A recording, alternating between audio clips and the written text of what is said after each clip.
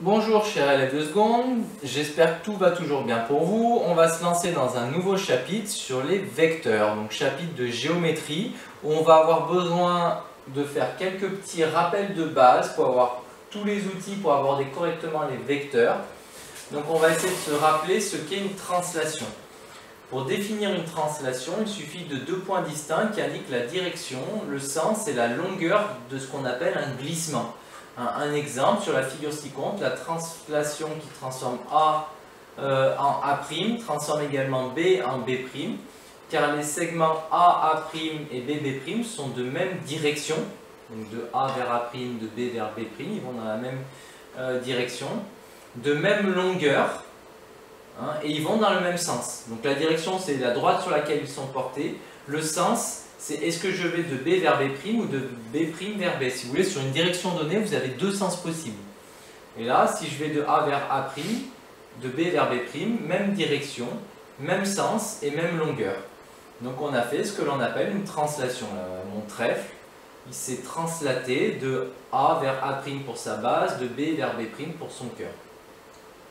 Le quadrilatère A', B', B est donc un parallélogramme. Pourquoi? Parce que A' et B', ces deux segments, ils sont parallèles et de même longueur. Or, un quadrilatère qui a deux côtés opposés, parallèles et de même longueur, est un parallélogramme. Autre point à connaître, autre notion à connaître, la notion d'homothétie. Pour définir une homothétie, il suffit d'un point, appelé centre, et d'un nombre réel positif appelé rapport. Un point, son image et le centre de l'homothétie sont forcément alignés. Si l'homothétie de centre H et de rapport K positif transforme M en M', alors ça signifie que M' appartiendra à la demi-droite qui va de H vers M. Et qu'à ce moment-là, la longueur HM' sera égale à K fois la longueur HM. De façon générale, si K est entre 0 et 1, alors l'homothétie réalise une réduction. Ça va réduire les longueurs de la figure. Si K est plus grand que 1, alors l'homothétie va réaliser un agrandissement. Ça va agrandir les longueurs de la figure. Voyons tout de suite un exemple qui va vous permettre de comprendre. Sur la figure ci-dessous, l'homothétie de centre H et de rapport 0,5 transforme A en A'. Pourquoi? Ça signifie que, déjà, vu que j'ai un cas positif, alors ça veut dire que l'image de A sera sur la demi-droite qui va de H vers A, donc sur la demi-droite HA. Par ailleurs, rapport 0,5, ça signifie que je pars de H, je suis aligné sur la droite HA, mais la longueur HA' sera égale à 0,5 fois la longueur de HA. Ça signifie en gros que A' sera au milieu. La longueur HB', de la même façon, sera égale à la moitié de la longueur de HB, donc B' sera au milieu. Les droites A', et B' se coupent en H, donc d'après la réciproque du théorème de Thalès, on pourra en déduire que les droites AB et A'B' sont parallèles. Donc voilà ce que ça donne pour l'homothétie. Il est peut-être pas plus mal que je vous fasse quand même un petit exemple supplémentaire et que je vous montre comment marche concrètement la construction.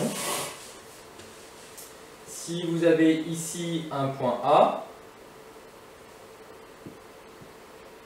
ici un point H, alors par exemple l'homothétie, on va prendre deux exemples. K égale 2. Alors, l'homothétie de centre H et de rapport K égale 2, ça signifie déjà que, vu que K est positif, je serai sur cette demi-droite-là. Et ça signifie que la longueur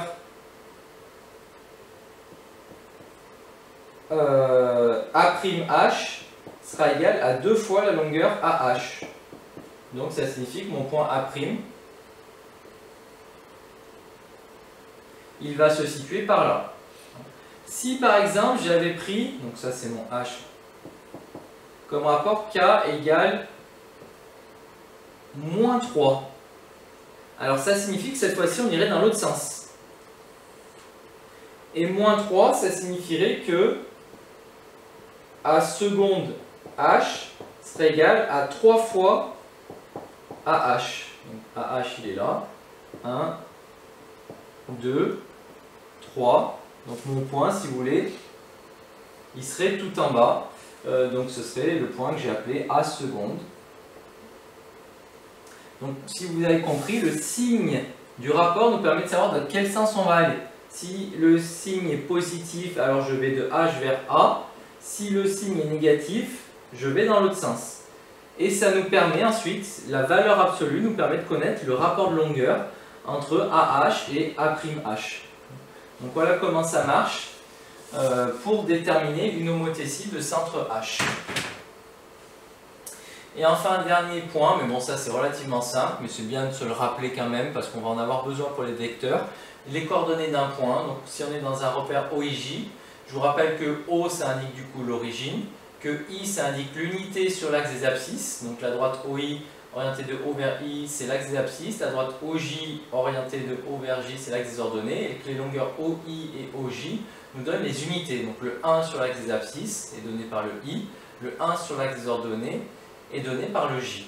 Et que du coup, on va pouvoir se servir de ce qu'on appelle ce plan pour repérer des points à l'aide de leurs abscisses qu'on lit au niveau de l'axe des X et de leurs ordonnées qu'on lit au niveau de l'axe des ordonnées des Y. Donc un point A pour coordonnées XA, YA dans cet ordre-là. L'abscisse, par exemple, là, ce serait 2,5. L'ordonnée, ce serait 2. Donc les coordonnées complètes, entre parenthèses, 2,5, point virgule 2. A priori, ça, en général, vous savez plutôt bien faire. Placer un point dans un repère quand vous connaissez ses coordonnées, ou lire les coordonnées d'un point qui est placé dans un repère. Bon, ces notions-là, on va en avoir besoin pour découvrir ce qu'est la vecteur, ce que sont les vecteurs, qui est maintenant la partie suivante.